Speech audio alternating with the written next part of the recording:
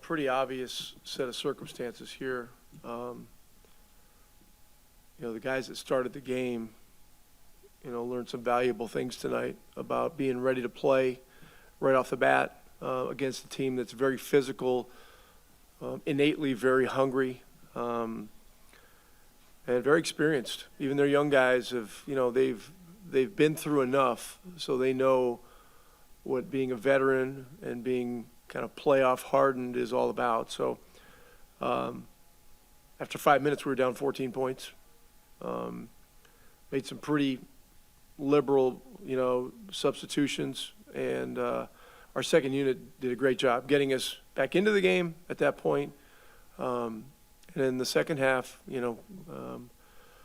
getting us back from a pretty big deficit and getting us, I think, a 5-point lead. So this is great experience for the young guys that started, and got to learn from it as a group. Simple as that. On a game like that, when the start isn't how you want for kind of a fresher starting group, how easy is it for you to apply the lesson or tell them about the value of an experience like that and say, hey, here's what you need to do better next time so that doesn't happen again? Well, they all got yanked after 5 minutes. Went back in, did better. Started the second half. We did better for a while, and then it went sideways. And then they had the opportunity to finish. And, we made some mistakes. So we got to learn from those. But this is a pretty extreme situation. But, extreme upheaval is the way you grow. So, these guys will grow from this. We got to play these guys again in 3 or 4 days, whatever it is, at Madison Square Garden, which is as tough a place as there is to play, and we got to do better. Same thing, but at the end of the game, what did you see as the difference down the stretch, and what will be the learning experience for that group from that? Well, obviously, turnovers were a big story in the game. The rebounding was a wipeout, 52-37. And, to start the game, we made some game plan errors that put us in a big hole. I'm not going to tell you what they were because, we got to play these guys again. But it's all stuff that's correctable. As coaches, we're teachers. We got to teach, not ridicule, and make sure these guys understand the things they got to do better. And, got Detroit coming in here Friday. I mean, they certainly got to be hungry with what they've been through over the last 20-some games or whatever. So we got a couple more chances to do better. What did you think of Gabe in his first minutes for you guys?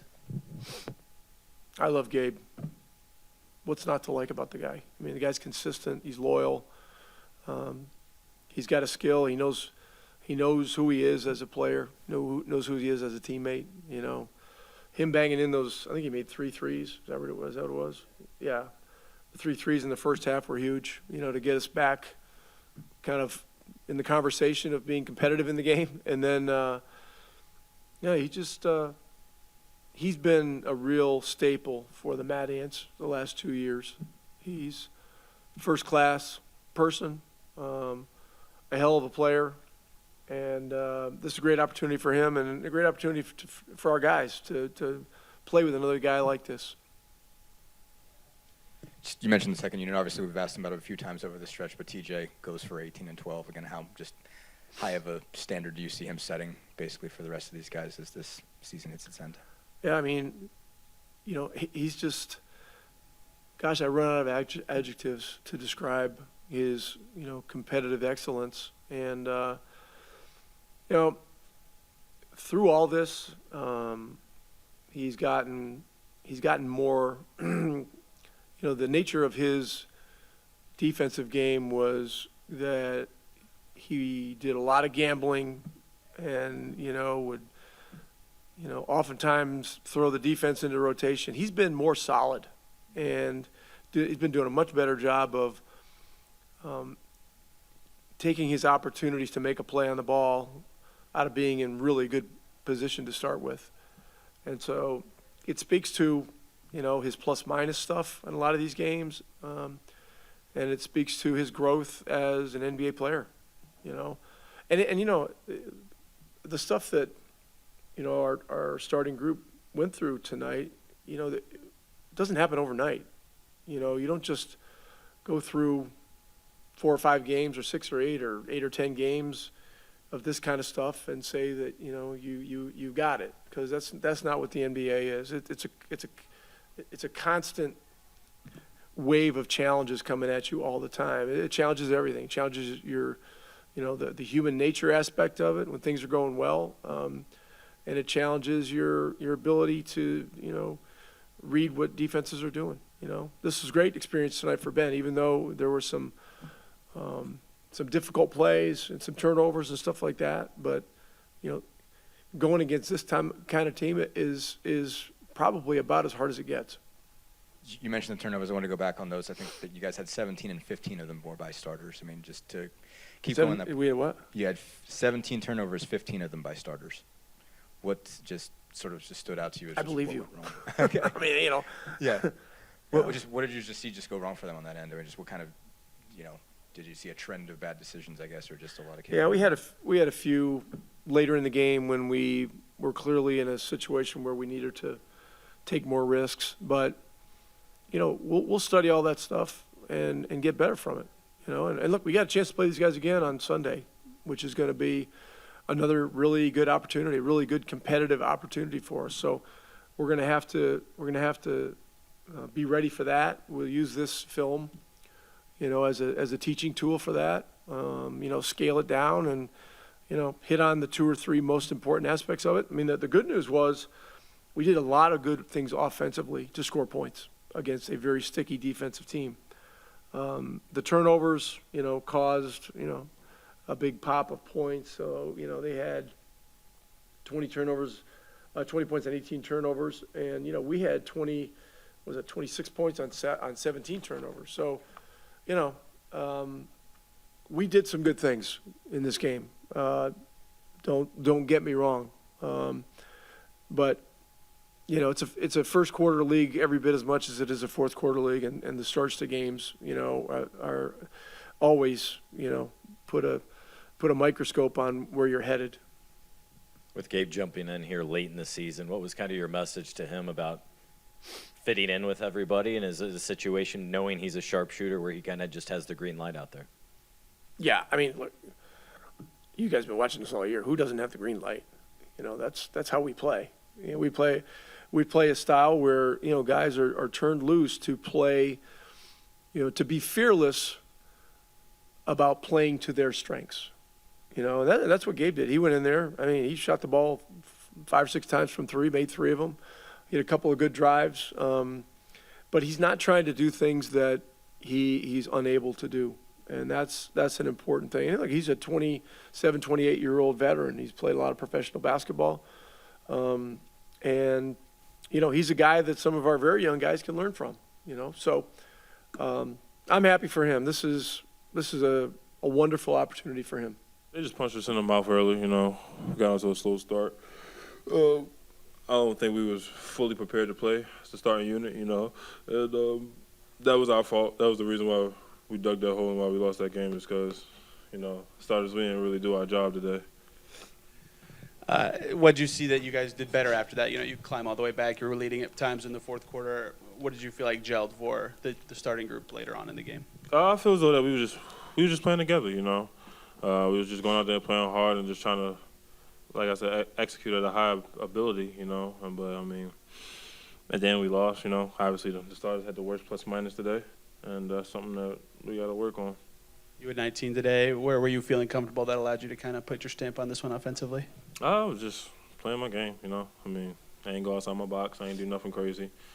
I just did what I know I could do and what the team know I can do. So, I mean, the main focus was not trying to force anything today and just letting the game come to me. TJ, you played with Gabe last year and in college, and I saw you pointing out spots for him to get the ball during this game. What did you think of him in his first game for you guys this year? He's incredible. Such a gifted shooter and a gifted scorer. Proud is an understatement.